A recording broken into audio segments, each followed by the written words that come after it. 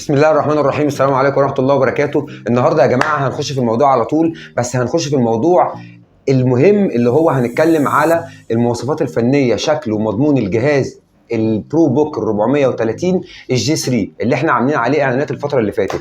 طبعا للمصداقية وعشان خاطر الناس بتشكك ان الكلام اللي احنا بنقوله في الاعلان الكلام دوت مش حقيقي، لا نحب نشوف الجهاز يا جماعة مع بعض من الداخل. وهنا يا شباب زي ما اتكلمنا وزي ما هنوري حضراتكم واحنا مع بعض الجهاز زي ما انتم شايفين كده يا جماعه. برضو المصداقيه دي محتويات الجهاز، دي البطاريه تمام، دوت الام دي 2 الام في ام اي، ده الهارد الاس اس دي دوت الاعلى برفورمانس حاليا في السوق، بلس الهارد الاتش دي دي ده هارد 500 طبعا ده قابل للزياده على حسب ما حضرتك عايز. دولت البنكين للرام ميموري، ده دي دي رام 4.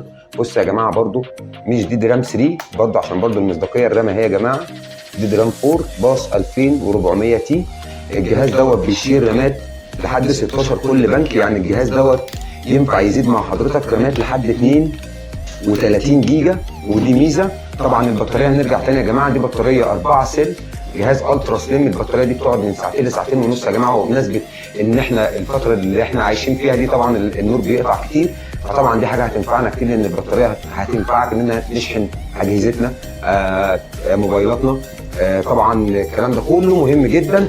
وهنا يا جماعه بعد ما خلصنا مع بعض وشفنا الجهاز بمحتوياته الداخليه بشكله من الداخل، هنبص مع بعض كده يا جماعه مع الشكل الخارجي بقى للجهاز. ده عباره عن كربون.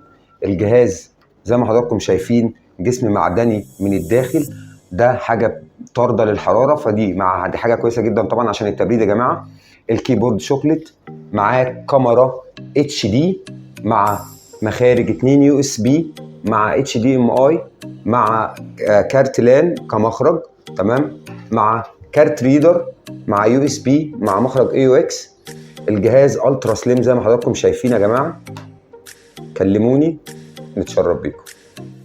لو عجب حضرتك الفيديو ومهتم ان انت تعرف كل جديد من شركه لابتوب بيلاب لكل بيت يا جماعه، نتشرف بيكم الاشتراك على القناه وتفعيل سر الجرس.